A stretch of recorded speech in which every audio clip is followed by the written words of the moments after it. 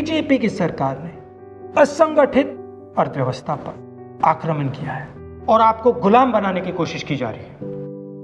2008 में जबरदस्त आर्थिक तूफान आया, पूरी दुनिया में आया, अमेरिका में, जापान में, यूरोप में, चाइना में, सब जगह आया। अमेरिका के बैंक गिर गए, कंपनियां बंद हो गई, एक के बाद एक कंपनी की लाइन लग गई, बंद हो गई। यूरोप के बैंक गिरे, मगर हिंदुस्तान को कुछ नहीं हुआ। यूपीए की सरकार थी, प्रधानमंत्री जी के पास गया और मैंने उनसे पूछा, मनमोहन सिंह जी बताइए, पूरी दुनिया में आर्थिक नुकसान हुआ है, हिंदुस्तान को कोई असर नहीं हुआ, कारण क्या है? मनमोहन सिंह जी ने कहा, राहुल, अगर हिंदुस्तान की अर्थव्यवस्था को समझना चाहते हो तो यह समझना होगा कि हिंदुस्तान में दो अर्थव्यवस्थाएं हैं। पहली असंगठित अर्थव्यवस्था और दूसरी संगठित अर्थव्यवस्था। संगठित अर्थव्यवस्था में बड़ी कंपनियां, नाम आप जानते हो। असंगठित अर्थव्यवस्था में किसान, मजदूर, छोटे दुकानदार, मिडिल साइज कंपनीज।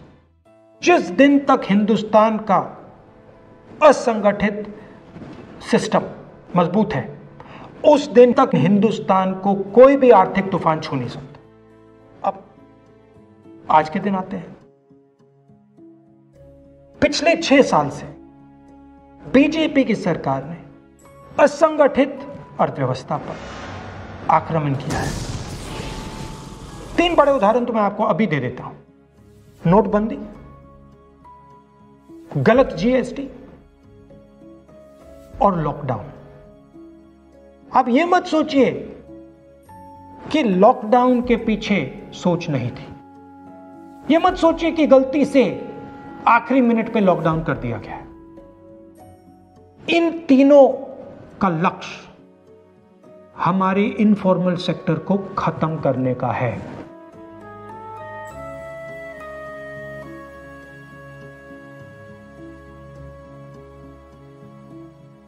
प्रधानमंत्री जी को अगर सरकार चलानी है, मीडिया की जरूरत है, मार्केटिंग की जरूरत है। मीडिया और मार्केटिंग 15-20 लोग करते हैं। इनफॉर्मल सेक्टर में पैसा है, लाखों करोड़ रुपए, जिसको ये लोग छू नहीं सकते।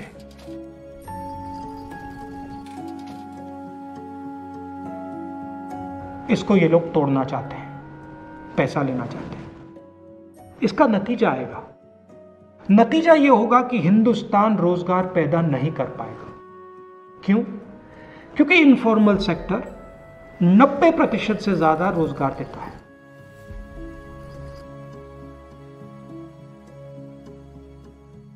जिस दिन इनफॉर्मल सेक्टर खत्म हो गया, नष्ट हो गया, उस दिन हिंदुस्तान रोजगार पैदा नहीं कर पाएगा।